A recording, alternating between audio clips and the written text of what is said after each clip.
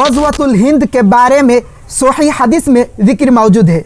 नसाई शरीफ में अबू हुरैरा रदियल्लाहु ताला अन्हु से रिवायत है। वो फरमाते हैं रसूलुल्लाह सल्लल्लाहु अलैहि वसल्लम ने हमसे हिंदुस्तान के गज़वा का वादा फरमाया, यानी पेशगोई की, तो मैंने अगर इसे पा लिया, यानी मेरी जिंदगी ही में हिंद में जिहाद का वक्त आ गया, तो मैं अपने जान व माल सब उसमें लगा दूंगा।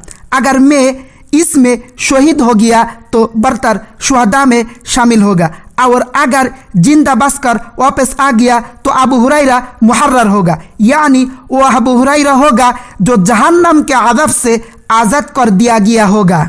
इस हदीस में अल्लाह के रसूल सल्लल्लाहु अलैहि वसल्लम ने हिंदुस्तानी बर्र सगीर यानी मौजूदा पाकिस्तान, हिंदुस्तान और बांग्लादेश के इलाकों में होने वाले एक जंग यानी गज़वतुल हिंद के बारे में पेशिन गोई की है।